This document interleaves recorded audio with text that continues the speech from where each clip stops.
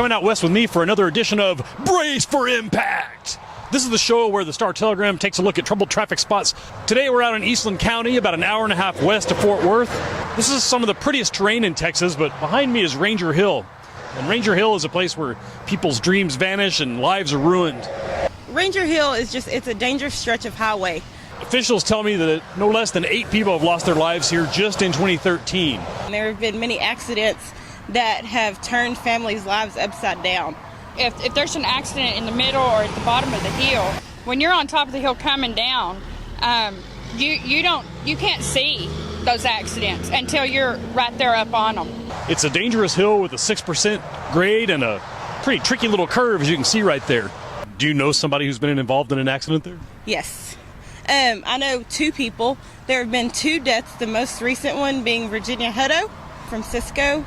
And then one of my friends, Tiffany Lowe, she's from Ranger. This is in memory of a family of 3 that burned to death in their car. The bottom of Ranger Hill, a truck came down the hill out of control, and this family was in the way, including a baby trapped in a car seat. But there is a group of residents who've decided to do something about this. They live in cities like Ranger and Eastland and Cisco.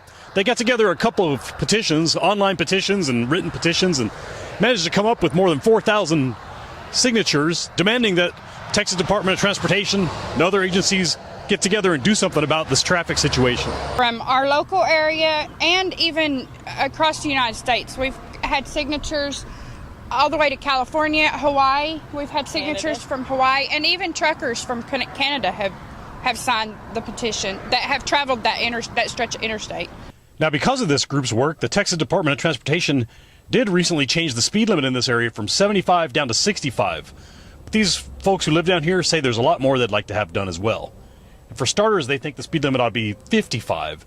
The other thing they would like is they would like this 6% grade reduced to 4% to make it easier for all vehicles, but especially heavy trucks, to maintain control as they make the descent. They actually agreed to change the speed limit to 65 miles an hour in hopes to actually reduce it lower. There were a few that didn't believe that 65 was low enough, so they're hoping to get it lowered. But right now, with the legal action, 65 is the lowest that they can go.